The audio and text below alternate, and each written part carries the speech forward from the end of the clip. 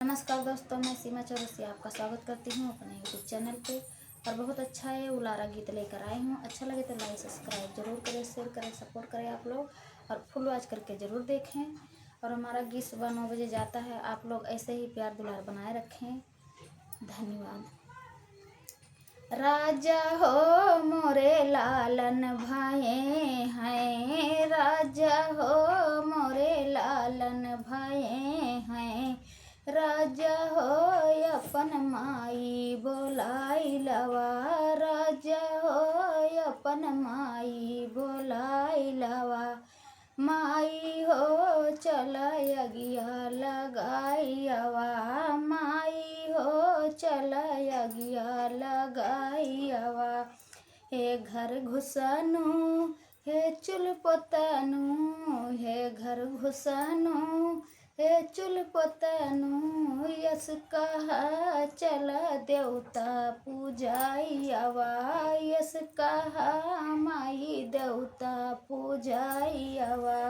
राजा हो अपन माई बोलाई लवा, राजा हो अपन माई बोलाई लवा, राजा हो मोरे लालन भये हैं, राजा हो मोरे लालन भये हैं, राजा हो अपन भाभी बोलाई लवा, राजा हो अपन भाभी बोलाई लवा, भाभी हो चला लकड़ी लगाई अवा, भाभी हो चला झगड़ा लगाई अवा। हे घर घुसनु हे चुल पोतनु, हे घर घुसनु हे चुल पोतनु, यस कहा चला पिपली पिसाई अवा, यस कहा चला पिपली पिसाई अवा। राजा हो मोरे लालन भाए हैं, राजा हो मोरे लालन भाए हैं, राजा हो अपन बहिनी बोलाई अवा, राजा हो अपन बहिनी बोलाई लवा, बहिनी हो चला नैना रचाई अवा, बहिनी हो चला कजरा लगाई अवा, बहिनी हो चला कजरा लगाई अवा।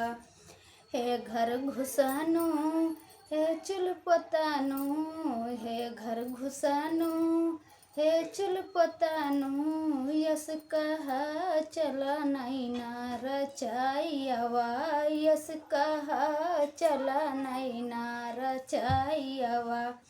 राजा हो अपन बहिनी बोलाई लवा, राजा हो अपन बहिनी बोलाई लवा, राजा हो मोरे लालन भये हैं, राजा हो मोरे लालन भये हैं।